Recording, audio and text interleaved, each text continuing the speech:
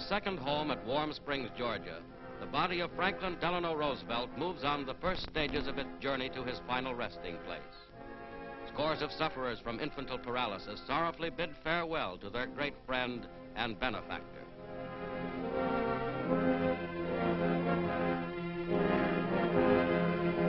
The president's dog follows his beloved master. Aboard a special train beginning the 24-hour trip back to Washington, the 31st President of the United States leaves Warm Springs forever. And all along the 700-mile route, people gather to honor President Roosevelt and his ideals.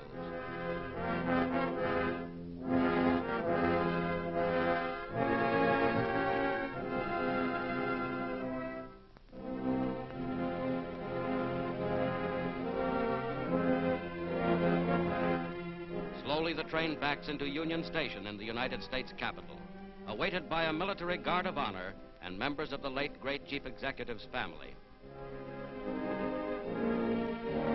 With Justice Burns and Secretary Wallace, President Harry S. Truman heads the assemblage of the nation's leaders.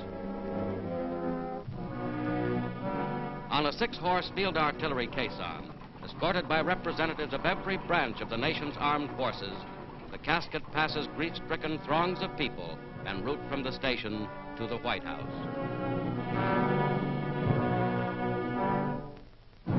Warplanes pay a final tribute to the and officers and men of the mighty armed forces which he led march in slow, measured tread in Franklin Roosevelt's honor.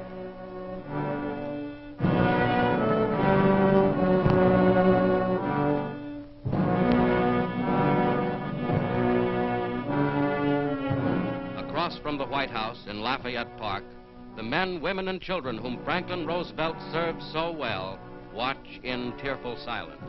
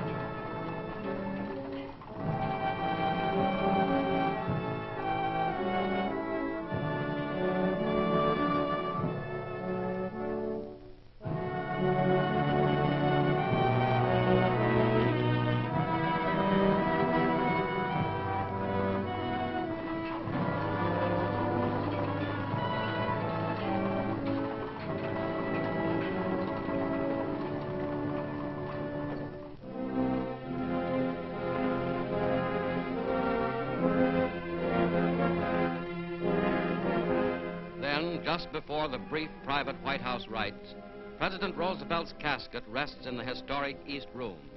Here, 80 years before, lay Abraham Lincoln.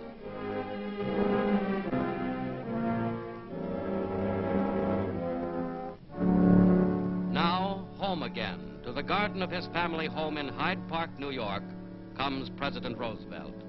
Here in the old and lovely Hudson River estate, which several years ago he bequeathed to the people of the United States, the mortal remains of a man whose career has known no parallel in our time, will rest forever.